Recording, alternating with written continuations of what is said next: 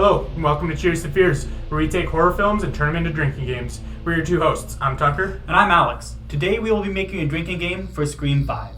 We know it's called Scream, but who in their right mind would call it that? To talk about the directors and writers, we first have to talk about the group as a whole, called Radio Silence. Radio Silence started off as a YouTube channel named Chad, Matt, and Rob. They then moved on to make some VHS segments, along with Ready or Not. The directors for Scream 5 are Matt Bettinelli-Olpin and Tyler Gillett. The writers were James Vanderbilt and Guy Busick. This is the only Scream movie to not involve Kevin Williamson or Wes Craven, but Kevin Williamson gave his blessing to the film after reading the script. Scream 5 takes place 25 years after the first film, and many of the new characters involved are related to characters from the first installment of the franchise. Once again, Sidney, Gale, and Dewey return to Woodsboro to unmask the killer. Since this is a new movie, we will not be discussing spoilers in this video. We will, however, be using clips from the Paramount YouTube channel. So if you want to go into the movie completely blind, we will have our drinking rules posted on screen now. With that being said, let's get right into the rules. So the first rule, of course, is death. And just a reminder, we don't give drink totals for new movies that were released this year because we want you not to be spoiled. So if we told you how many deaths there were, that would be a major spoiler. Yeah. But one thing we will tell you, again, just like every other Scream, there's a lot of presumed deaths. So that's all we're going to say. Yeah, definitely. Happening. 3 attacks so far. Let's move on to rule number 2, as always, is scream, cry, or yell. You hear one of them in the movie, you take a sip. Oh, stop, wait.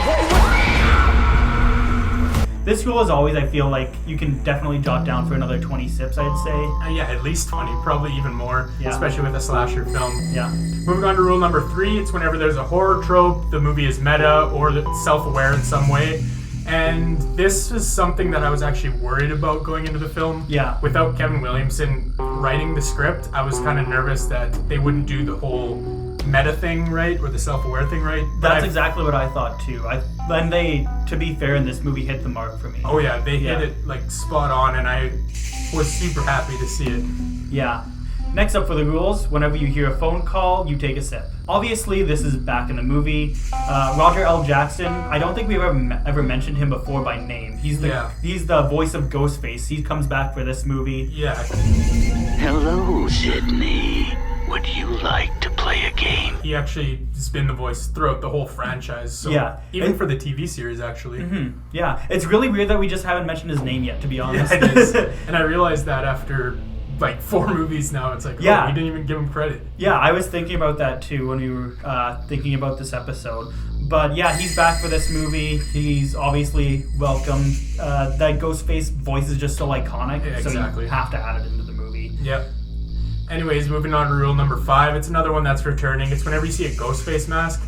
The one thing we'll say about this one is this has been a rule that's kind of like our pumpkin rule for Halloween. It's been extremely high counts for this rule. Yeah. This one, I think it's going to be a little bit less, or even a lot less. I think it'll be a lot less. It'll definitely be less than, I'd say, anywhere from 2 to 4 in the franchise. Yeah, for sure. And the main reason for that is because there's no scenes that have multiple masks in it. Well, there's no like event where they're just like, oh, let's all watch the stab movies, everybody. Yeah. Or like, when they're all wearing masks in the theater or something. Yeah. Or there's no like fitting room in Scream 4, I think it is. Scream 3.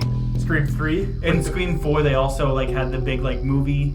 Yeah, right. It was Scream 3 with the fitting room or whatever, and there was just immediately 5 drinks from that. So it will be less. It's probably still going to be quite a few though. Yeah. Next up is rule number 6. Whenever there's a horror movie character reference or a horror movie reference, you take a sip. This is another thing that's back. I think there wasn't a lot in, which one was it? 3. I think 3? Yeah. This is welcome back again. It's a little bit more modernized this time around with mentions such as It Follows or The Babadook. Yeah. But it also definitely gives some mentions to classic horror, like such as Halloween. Yeah, it does both. I've seen this movie before. Not this movie. But we'll just move right along to rule number 7, I guess, which is whenever stab is mentioned or referenced, like on a poster or something. It won't be as much as previous installments, especially not as much as 3, where they're on a set. Yeah. But I still feel like it's a good chunk, and it's worth including as a rule for sure still. Yeah, it's definitely a good chunk. Like, since you mentioned it, I guess there's a few scenes where like some of the characters are like watching Stab, like kind of preparing themselves for the events to come. Yeah. Yeah, I didn't think about that before, but yeah, that's definitely one of the ways that it's incorporated into the movie for sure. Oh yeah. Well, moving on, we have a rule which says any previous characters are mentioned, you take a sip. Some examples of this are just Randy, Billy, or Stu from the first Scream movie. It doesn't necessarily have to be them, but just like previous characters that aren't really in this movie. Yeah, and we should clarify that we do not include returning characters like Sydney, Dewey, Gale, or even Judy Hicks. Yeah. We don't include them because they're part of this movie, so they're still considered present characters, I guess. Yeah. They're not previous characters, they're still in the present. Yeah, so definitely. We only counted ones that don't return in this film. Mm-hmm. Anyways, moving on to rule number 9, it's whenever text messages are shown. And again, this is just another more modern take, I guess, with the whole phone calls. Obviously, they had to include the phone calls because of how iconic it is. Yeah. But they also include the text messages, just like they did with the Scream TV series. Yeah. So, that part really reminds me of the Scream TV series for sure. yeah. I guess just with all like the high school friends, everybody in the cliques, people having secrets, like hidden dark secrets that they don't necessarily want to share. Mm-hmm. It really reminds me of the TV series in that sense for sure. Mm-hmm. Well, moving on to the 10th and final rule is whenever somebody is accused of being the killer, you take a sip. I'd say there's quite a few sips for this one for sure. Yeah, probably. Definitely, actually. There was a lot of accusations thrown around, and obviously we didn't count them, but they seem to be happening quite often. Mm-hmm. Even if it's not, like, directly accusing someone, it's implying that they're accusing it. Like, Yeah. there's sometimes they don't directly say, you're the killer, but they say, like, whatever. I don't even have an example off the top of my head, but it's implied for Yeah, sure. it was just like, where were you when this was going on, for instance? Yeah, exactly. So we would drink for that as well. We're all suspects. So like we said in the beginning of the rules, we're not going to be giving you totals for this movie, just want to keep it as spoiler-free as possible. And also it's kind of weird taking a notepad into a theater, especially with other people in there. I don't know, it's just weird. But I do believe there will be a good amount of sips. It goes with any slasher movie pretty much. Not the highest of the franchise at all, but it's going to be a good amount for sure. Some rules to look out for maybe is like the horror trope or self-aware rule. Screaming, crying, and yelling, of course, or people being accused, I'd say. Yeah, I tallied in for probably give or take 5 drinks. Yeah, 5 is a good estimate, I'd say. Yeah, and as you were talking about, we're keeping our video spoiler-free, and obviously that's a big thing with the Scream franchise. Oh, yeah. The main reason I feel is just like it's the only real like horror movie. Who done it? Like, yeah, I guess the horror movie whodunit. For example, like it's obviously fucking Jason Voorhees the killer of Friday the 13th. And it's Michael Myers and Halloween. This one you really don't know who the killer is. And they always try to keep you guessing. It's always somebody who's straight out of left field. Yeah, and that's the whole point of a Scream movie, I'd say, is to try and figure out along the way who is the killer. Like, you're trying the whole time to figure it out, and that's the whole point of the movie. If you know who the killer is, that ruins the fun of it. So yeah. However, we'll say in this movie they did a very good job of setting up a lot of red herrings throughout the movie. Oh yeah. Like honestly, they could have put so many different people as the killer and it would have made sense, because it's like it kind of goes hand in hand with the accusations. They kind of explain why they're accusing them, and it makes a lot of sense with the accusations as to why it could be them. But like there's so many red herrings, you don't know what to believe, Yeah. So I guess now we'll talk about the characters in the movie, which I feel is one of the biggest part of this movie. They brought in a lot of new characters, and for the most part, they were all pretty damn good, I thought. Like, all of the characters were enjoyable. There were a few characters that, like, barely had any lines, if not no lines, and they were kind of just there to serve their purpose and whatever, take them or leave them. But most of the new characters that you actually watched, they did a good job of developing them, and they each had their own personality, and, like, I don't know, I just enjoyed the cast of the movie. Oh, yeah. For example, my favorite in the film was Richie. I feel like Richie had some great moments throughout the movie, honestly. Yeah. I would agree that he was probably my favorite character too. He was just like, he had a lot of funny scenes. Yeah. Like, he was a good comic relief. he kind of holds the place of Stu in a way, as being the comic relief.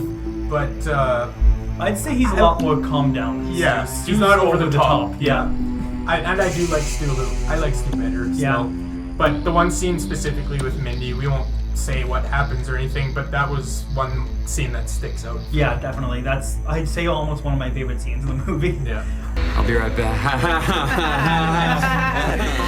He's dead. Obviously, the cast is basically supported this time around by the legacy characters, such as Sydney, and Gale and Dewey. Yeah. You don't really see too much of them, but you see just enough of them. Yeah, you see enough of them. They do a good job of intertwining them into the story to kind of help balance out the new cast in a great way. Like, they get their stories intertwined. They start separately, Yeah. and then they kind of meet up in the middle. And I feel like the legacy characters just help boost up the new cast, and it allows them to like bring in these new characters and Scream fans be comfortable with it because they have these familiar faces as well, and it allows this franchise to kind of carry on with these new characters if they want to. Yeah, for sure.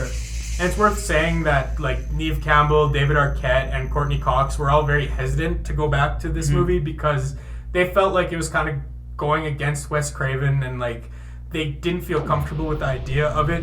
Yeah. But then Kevin Williamson kind of reassured them that he really went over the script and like he basically trusted Radio Silence completely. And when they found that out, they were all on board, and like they felt comfortable going into this movie because they all got to read the script as well. Yeah. I guess speaking of Scream 4, which I was a little bit prior, apparently Kirby from Scream 4 is still alive. There's a little YouTube video, I think it's a Dead Meat video, It or is. like something like that. Yeah, it wasn't at the Dead Meat channel, but Yeah, it was a parody of it. It was James and Chelsea from Dead Meat. Yeah.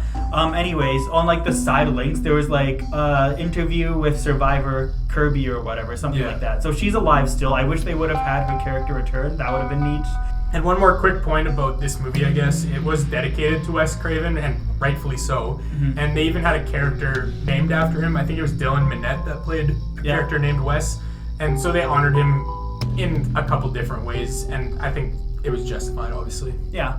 I guess we'll quickly touch on the kills. Lots of them with knives. Most of them with knives. Most of them with knives. There was some that were with knives which were just over the top, we'll say. Yeah. Even some of the knives ones were very gruesome, I'd say. Oh, definitely. Most Yeah. gruesome for Scream, I'd say. Yeah. In the Scream Yeah. franchise. As far as knife kills go, you can only Yeah. go so far with a knife. Well, yeah, and what you see, I thought it was pretty cool, some of the kills.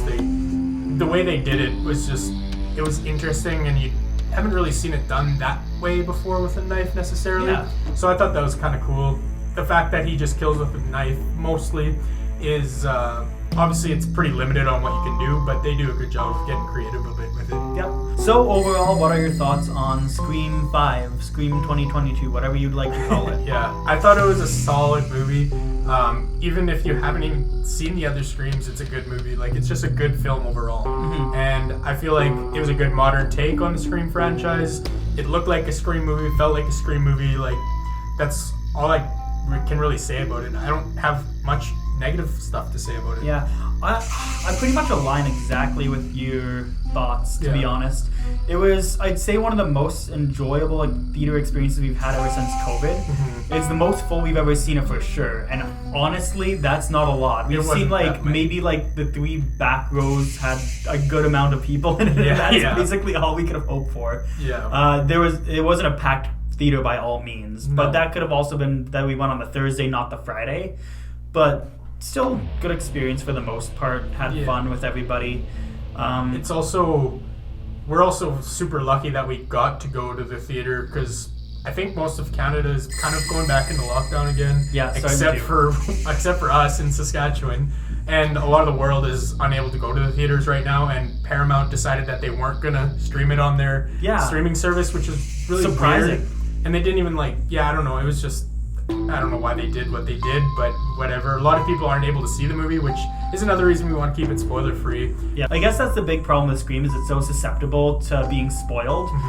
They, for whatever reason, didn't want to release it on Paramount, which I feel is like a bad decision. But then their again, part. I feel like they just want more people in theaters to see it. Yeah, That's the yeah. only kind of logical solution.